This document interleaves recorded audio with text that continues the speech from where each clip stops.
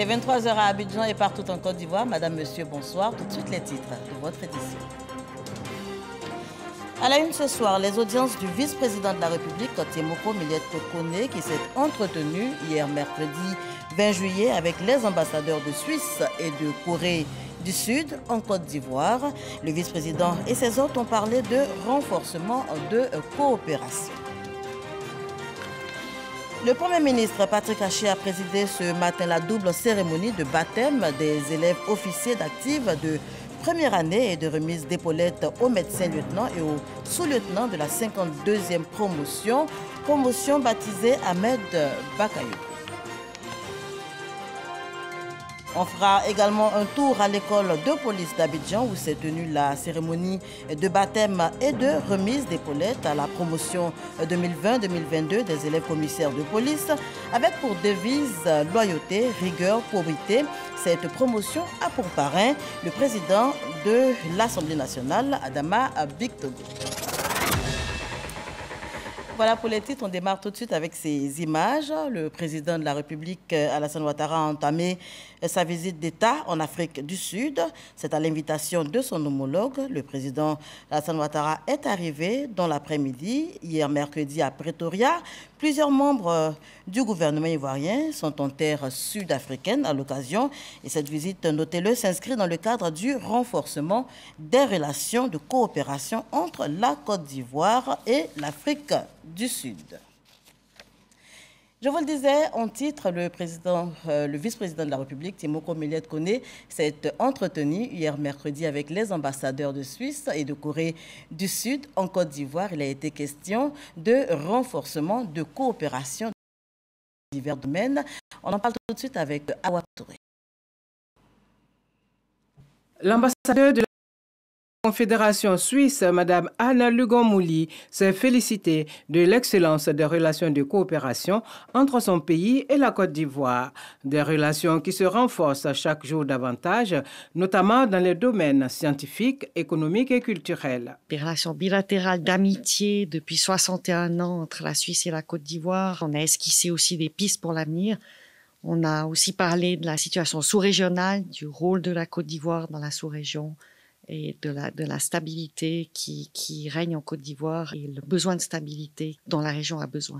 L'ambassadeur de la Corée du Sud est pour sa part venu faire avec le vice-président de la République le point sur les relations bilatérales avant de lui présenter le projet de construction d'un centre d'oncologie à Grand-Bassam.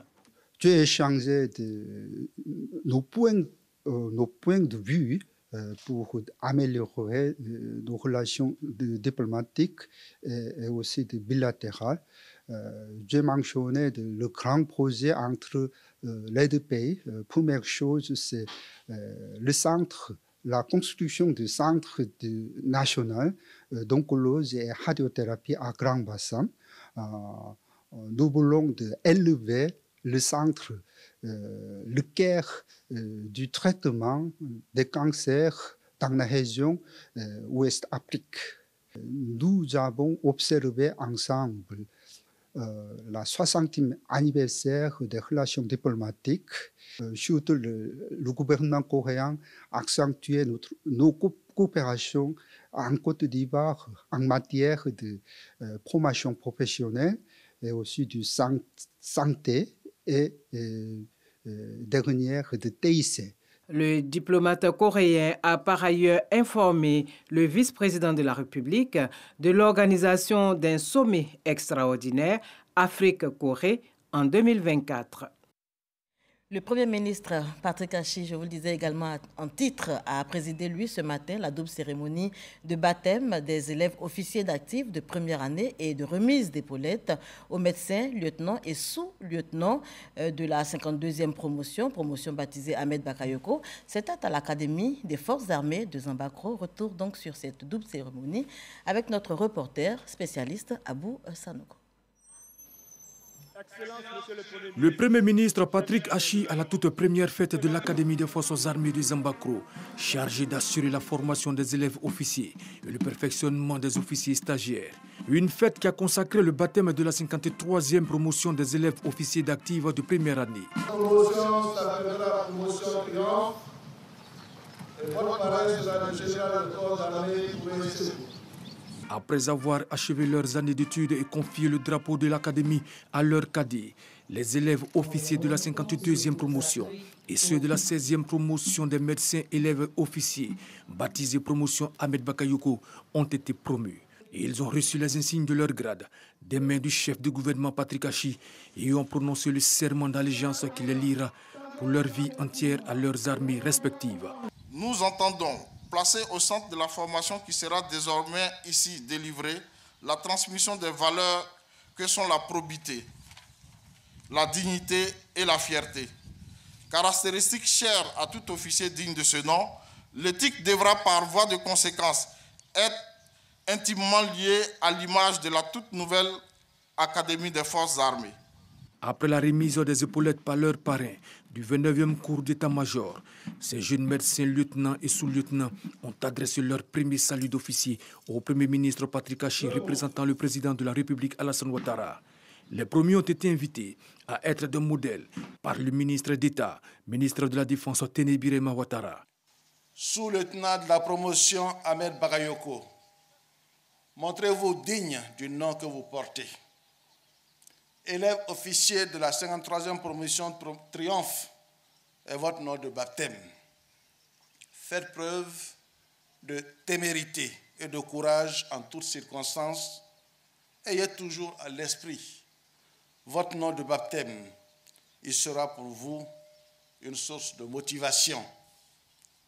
Élève officier de la promotion Triomphe, sous-lieutenant de la promotion Ahmed Bakayoko et lieutenant de la 16e promotion des médecins officiers, à vous tous, j'exprime mes encouragements. Persévérez sur la voie du travail bien fait, de l'intégrité et du dévouement au service de nos nations. La promotion Ahmed Bakayoko, avec pour parrain le général de corps d'armée en deuxième session Philippe Mangou, ambassadeur de la Côte d'Ivoire en Allemagne, est forte de 113 élèves officiers, dont 94 de la Côte d'Ivoire. Elle comporte en son sein 13 élèves officiers féminins. Quant à la 16e promotion des médecins élèves officiers, elle est forte de 7 médecins élèves officiers, dont 6 généralistes et 1 pharmacien. Un défilé des troupes à pied exécuté par les élèves officiers d'active de première année. Il est promu à constituer l'autre temps fort de cette double cérémonie.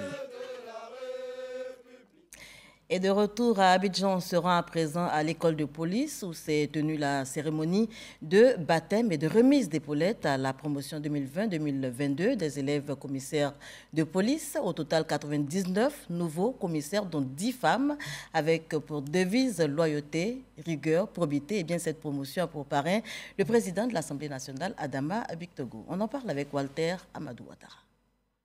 École de police d'Abidjan.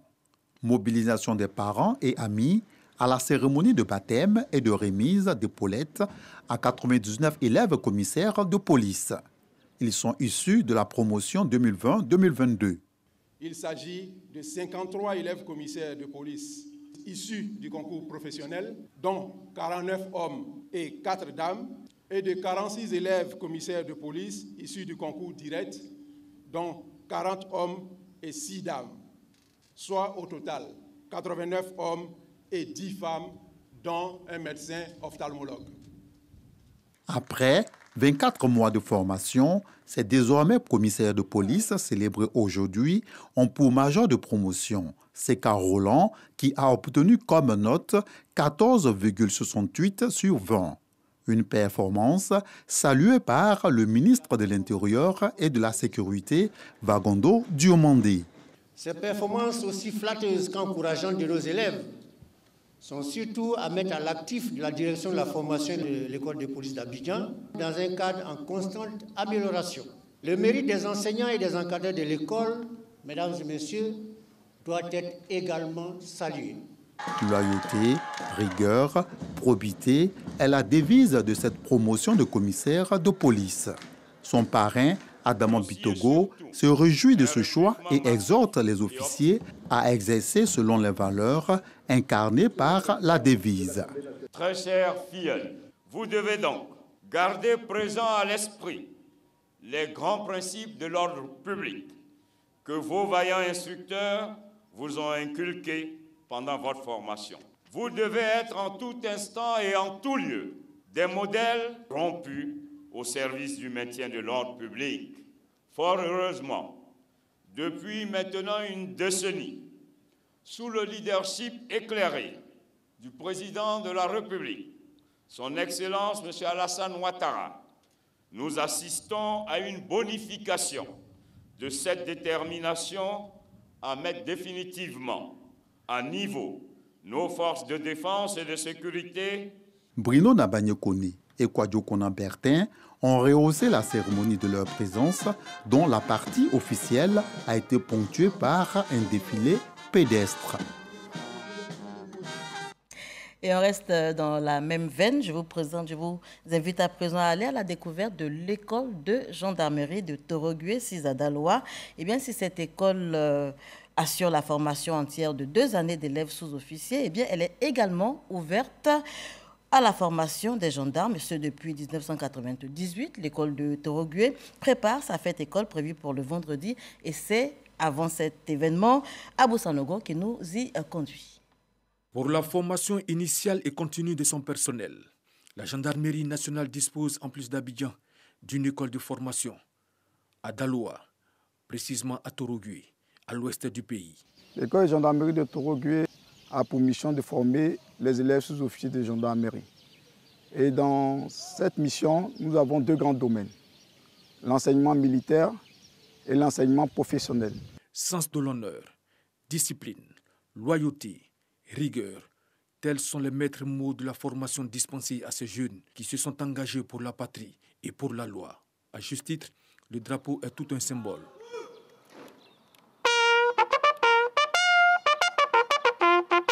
Nous avons dans la tête amené la liberté, notre devoir sera avec un modèle d'espérance pour nous. À Torogué, la formation, c'est aussi la condition physique du gendarme. De jour comme de nuit, les activités s'enchaînent. Le taekwondo à la gendarmerie nous permet d'être physiquement au point. Ça nous permet d'éviter à tout moment de faire usage de nos armes. En plus des exercices physiques, des cours théoriques et pratiques en rapport avec la mission de la gendarmerie, notamment la protection des personnes, des biens et la défense opérationnelle du territoire sont exécutés au quotidien. L'école de gendarmerie de Torogué, c'est aussi le perfectionnement des officiers de l'institution et des pays amis à travers le cours des commandants d'unités de gendarmerie. On doit avoir un comportement de responsable. Torogué, c'est aussi l'antre du gendarme commando. Les bérets rouges, stress, rusticité sont au cœur de la formation de cette élite de la maréchaussée. Objectif, former des personnels capables de faire face à tous les types de menaces. Donc, le stagiaire il va se saisir de la corde à bras ferme, il va grimper les plats du pied contre le mur jusqu'en hauteur. Une fois là-bas, il y a une plateforme, il s'installe. Et de l'autre côté de la plateforme, on va trouver une passerelle. Il se met sur la passerelle, il y a un fer qui est là-bas, ça s'appelle l'asperge. Et il va prendre l'asperge en formant une clé, la descente, doucement en regardant la direction de marche jusqu'à ce qu'il atterrisse les jambes fléchies. Depuis sa création en 1998, l'école de gendarmerie de Torogué a formé 12 254 gendarmes. La 22e promotion qui achève sa formation prêtera le serment d'allégeance à l'État avant de rejoindre les unités opérationnelles pour servir avec honneur et fidélité. La mission de l'école de gendarmerie est d'inculquer à ces stagiaires les rudiments nécessaires à l'exercice de leurs fonctions afin de pouvoir servir dans toutes les unités. Et nous demandons à toute la population de venir massivement le vendredi 22 juillet 2022 afin d'assister à la double cérémonie de baptême et de prestation de serment pour voir un peu les acquis, sinon le savoir-faire et le savoir-être de ces stagiaires.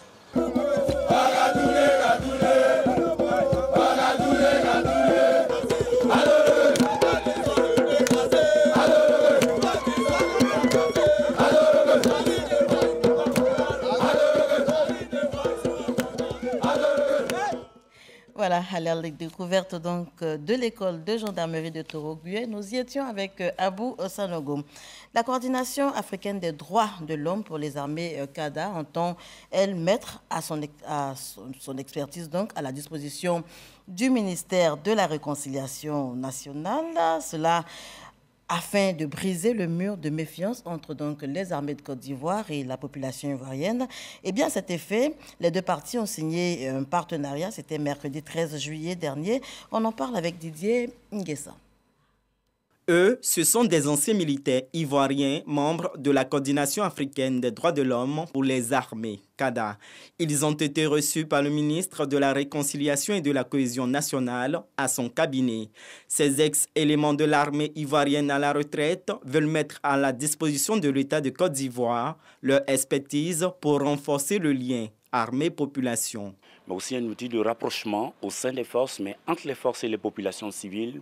Tout personnel du gouvernement qui empruntera un chemin qui se rapproche de nos objectifs, eh bien, cela nous amènera à nous approcher de ce gouvernement. C'est ce qui nous a amené cet après-midi ici, rencontrer monsieur le ministre donc, de la Réconciliation et de la Cohésion nationale, qui nous a rassurés, qui nous a montré toute sa disponibilité à ce que nous continuions le chemin ensemble. Contribution bien appréciée par le ministre de la Réconciliation et de la Cohésion nationale qui salue ce partenariat. C'est un outil qui doit servir la cause donc, de la paix. Et donc, je salue cette initiative. Non seulement on va les encourager, mais d'un commun accord, nous allons regarder comment élaborer un plan d'action pour que nous puissions donc amener nos forces de l'ordre, justement, tout en nous sécurisant, à s'engager également dans la voie de la cohésion avec les populations qu'elle sécurise. La délégation a remis son rapport d'activité 2020-2021 au ministre. La CADA sensibilise, forme en vue de prévenir les crises, qu'elles soient militaires ou civiles. Voilà, la CADA, donc, au service de la réconciliation nationale, on en parlait avec Didier Nguessan. Prestation de serment à la Cour des comptes, un nouveau membre vient d'y faire officiellement son entrée. Il s'agit de Yeo Souleymane. Le sociologue est nommé à la haute autorité pour la bonne gouvernance. Prestation de serment, donc, avant sa prise officielle de fonction. Dengue. Prestation de serment de Yeo Souleymane devant la Cour des comptes. Nommé par le président de la République, ce sociologue et enseignant-chercheur sacrifie à ce rituel devant la juridiction financière. Une exigence de la loi avant sa prise de fonction en tant que membre de la haute autorité pour la bonne gouvernance. Le sociologue que je suis pourra certainement jeter un regard, faire des analyses, puisque la corruption est définie comme un phénomène social. Voyez-vous ? Et tout ce qui prend la tournure d'un phénomène devient un fléau. Avec cette prestation de serment, les membres de la haute autorité pour la bonne gouvernance sont désormais au grand complet, selon le président de cette institution. Nous pouvons, conformément au texte, faire ce que nous avons à faire. Donc, je suis un président heureux de constater qu'aujourd'hui, il a tous les collaborateurs, il a toutes les instances pour délibérer valablement sur toute question dont nous pouvons être saisis.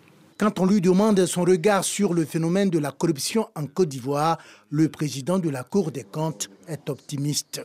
Partout, c'est une plaie de l'humanité, c'est une plaie qui existe. Partout où il y a une société, il y a une corruption.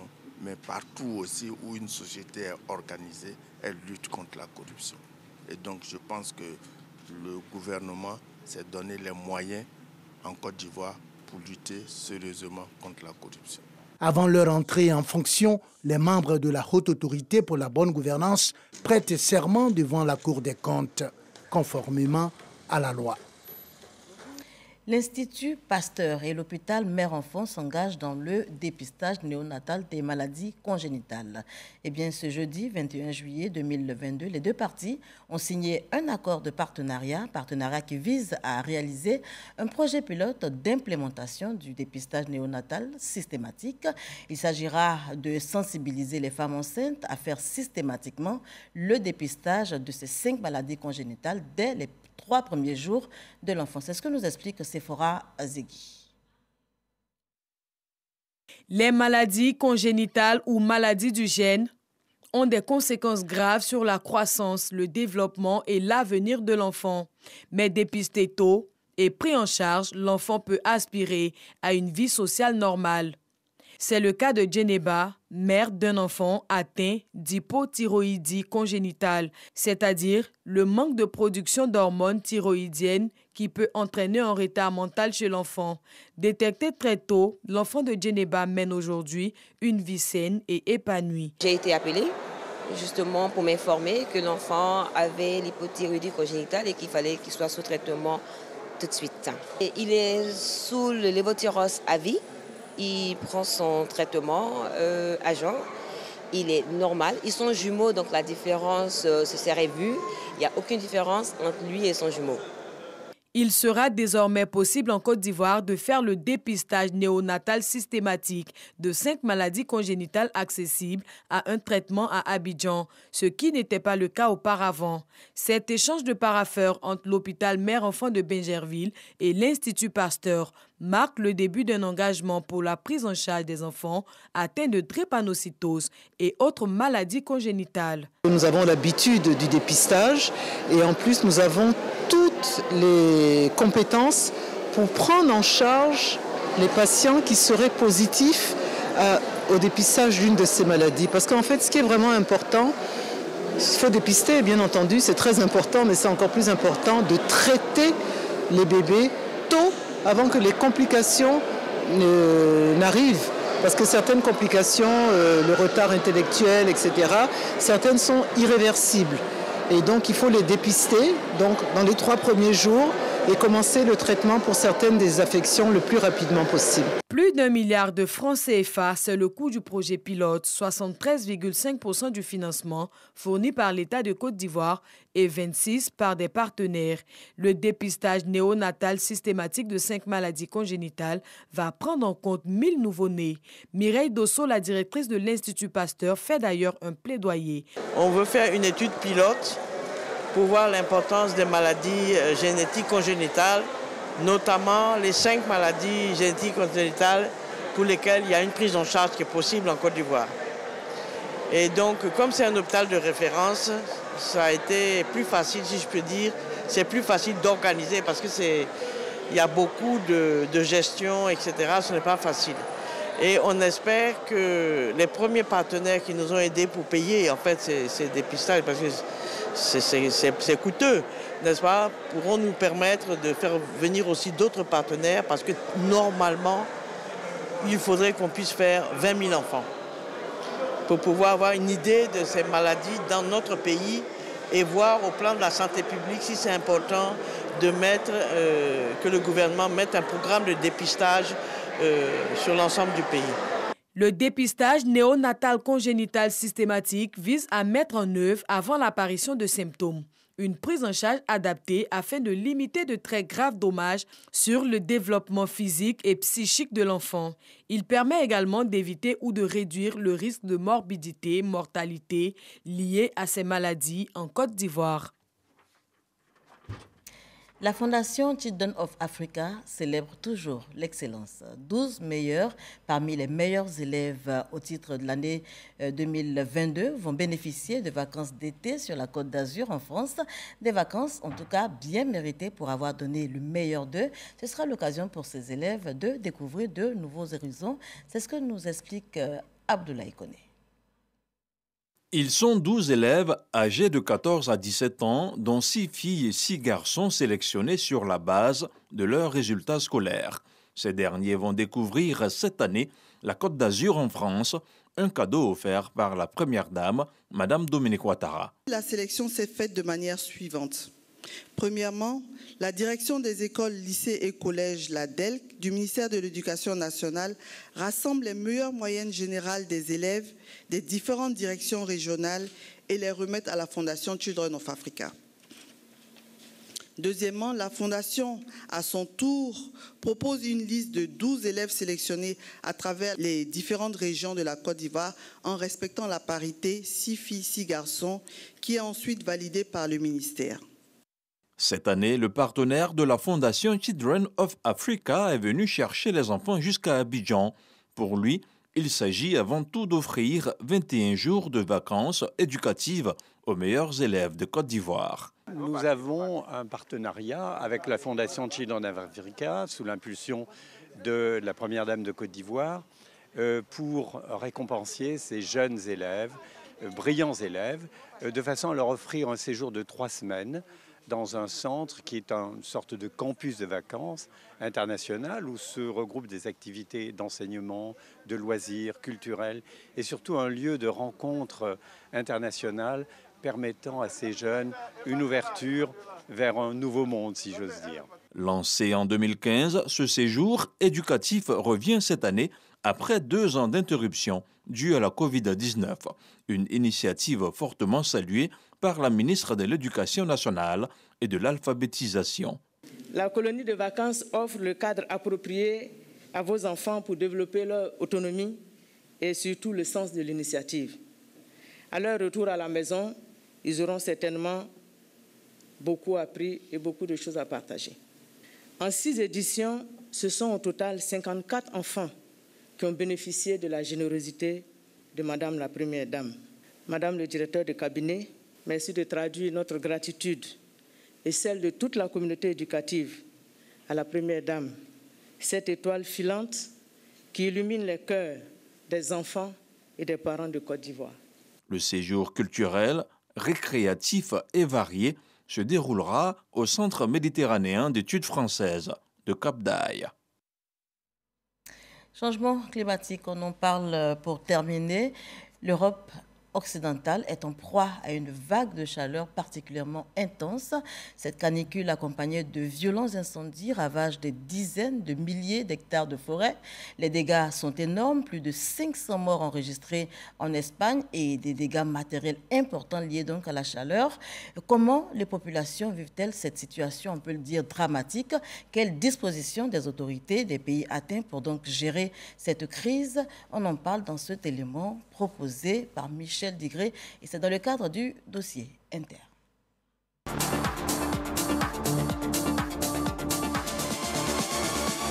Portugal, Grèce, Italie, les incendies font rage dans l'ouest de l'Europe, terrassés par une vague de chaleur asphyxiante qui n'en finit pas.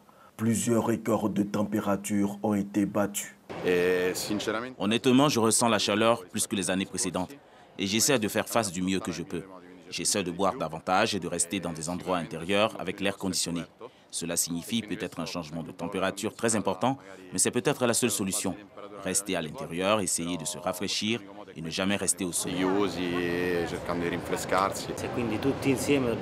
Tous ensemble, nous devons essayer d'avoir un peu plus de respect pour la planète et essayer d'être un peu plus prévoyants. Au lieu de toujours penser à nous-mêmes, nous devrions essayer de protéger ce qui nous reste, en espérant que nous pourrons réparer la situation. Le chemin que nous avons emprunté n'est certainement pas le bon. En Espagne, la canicule a provoqué des centaines de morts, selon le Premier ministre Pedro Sánchez. Pendant cette canicule, selon les registres, plus de 500 personnes sont mortes à cause des températures très élevées, en plus de tout ce que nous vivons en termes de dévastation à cause des incendies. C'est pourquoi, compte tenu des jours très difficiles et durs qui nous attendent avec cette canicule, ce que je demande aux citoyens, c'est de faire preuve d'une extrême prudence. Au Royaume-Uni, la température avoisinait ce mardi le seuil des 40 degrés Celsius, une première dans l'histoire du pays. Une centaine de pompiers étaient à l'œuvre pour combattre un incendie qui ravage un village à l'est de Londres. Je prenais un bain de soleil dans mon jardin et un énorme nuage noir est arrivé. Quand j'ai levé les yeux, ce côté de Wellington était en feu et dans l'heure qui a suivi, le feu s'est propagé jusqu'à notre maison. Nous avons un champ en feu donc devant la maison et toutes nos voitures ont brûlé. Le gouvernement est accusé de prendre la situation à la légère. Le Premier ministre démissionnaire Boris Johnson a en effet séché une réunion d'urgence sur la crise dimanche, préférant assister à un pot de départ. Et le vice-premier ministre Dominic Raab a conseillé aux Britanniques de profiter du soleil. Un message certainement entendu par des milliers de touristes. C'est vraiment bien, c'est très agréable, j'apprécie la chaleur. Je ne suis pas vraiment habituée à une chaleur comme ça, mais c'est sympa de voir qu'il y a plein de touristes qui viennent, beaucoup de personnes qui viennent bronzer. Je ne m'attendais pas à voir cela cette saison. En France, la canicule se déplaçait vers l'est après avoir fait tomber plus de 60 records absolus de chaleur et laissant dans son sillage des incendies dévastateurs jusque dans des régions habituellement épargnées par ces impacts du réchauffement climatique comme la Bretagne. Le bilan de la nuit, 19 300 hectares de forêt brûlée sur l'ensemble des feux, dont 6 500 hectares ici sur le feu de la Teste de Buch. Le feu de la Teste de Buch, c'est 12 km de longueur, 7 km de largeur, 32 km de périmètre et donc 6 500 hectares. Cela pour vous donner effectivement quelques éléments d'indication aussi géographique qui vous permet évidemment de mesurer l'ampleur du feu. Cette vague de chaleur est la deuxième en un mois en Europe. La multiplication de ces phénomènes est une conséquence directe du réchauffement climatique selon les scientifiques. Les émissions de gaz à effet de serre augmentant à la fois leur intensité, leur durée et leur fréquence. Voilà, changement climatique, l'Europe suffoque sous la canicule, un dossier proposé par Michel Digré et qui met un terme à cette édition. Merci de l'avoir suivi. Portez-vous bien.